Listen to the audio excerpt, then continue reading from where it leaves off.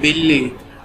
ہمارے اسلامی معاشرے میں بلیوں کا مقام اور قدر ماہرین کے مطابق بلیوں کی اوسط عمر 13 سے 17 سال ہوتی ہے، مگر اکثر بلیاں 20 سال کی عمر تک پہنچ جاتی ہیں۔ بلیاں اسلام میں قابل احترام جانور ہیں اور انہیں بہترین پالتو جانور سمجھا جاتا ہے۔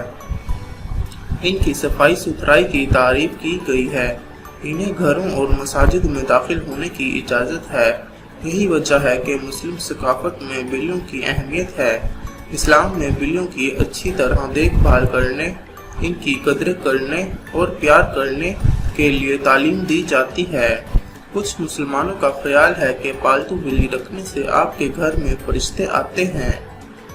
پیارے نبی صلی اللہ علیہ وآلہ وسلم بذات خود ایک بلی سے محبت کرتے تھے۔ بہت سے مسلمانوں کا خیال ہے کہ معزہ ان کی پسندیدہ بلی تھی، البتہ حدیث میں اس خاص بلی کا کوئی ذکر نہیں ہے۔ بلی کے متعلق احادیث ذکر کی گئی ہے کہ بلی اگر کھانے میں سے کچھ کھا جائے یا پانی پی جائے تو وہ پلید نہیں ہوتا۔ ایک عورت نے حضرت عائشہ رضی اللہ عنہ کو ہریسہ بھیجا تو وہ نماز پڑھ رہی تھی۔ اس عورت نے ہریسہ وہیں رکھ دیا تو بلی آئی اور آ کر اس میں سے کچھ حصہ کھا گئی۔ حضرت عائشہ رضی اللہ عنہ نے نماز کے بعد اس جگہ سے ہریسہ کھایا جہاں سے بلی نے کھایا تھا اور فرمایا، بلا شبہ رسول اللہ صلی اللہ علیہ وآلہ وسلم کا فرمان ہے، یہ بلی پلید اور نجس نہیں ہے، بلکہ یہ تو تم پر آنے جانے والیاں ہیں۔ حضرت عائشہ رضی اللہ تعالیٰ عنہ بیان کرتی ہیں، میں نے رسول کریم صلی اللہ علیہ وآلہ وسلم کو بلی کے بچے ہوئے پانی سے وضو کرتے ہوئے دیکھا ہے۔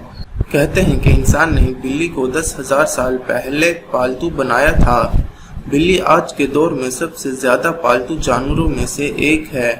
بلیوں کو پہل شاید اس وجہ سے پالا جاتا تھا کہ یہ چوہے کھاتی تھی، اور اکثر اوقات جہاں اناج محفوظ کیا جاتا ہے وہاں انہیں پالا جاتا تھا۔ بعد ازاں ان کو انسان دوست اور پالتو جانور کے طور پر پالنا شروع ہو گئے۔ حقاء کا کہنا ہے کہ گھر میں بلی پالی جا سکتی ہے۔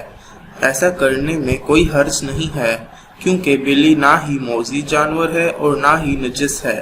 ہر شخص کو معلوم ہے اس میں کوئی نقصان والی بات نہیں ہے، بلکہ بلی گھر میں رکھنا فائدہ مند ہے۔ یہ گھر میں پیدا ہونے والے کیڑے مکوڑے اور چوہے وغیرہ کھا جاتی ہے۔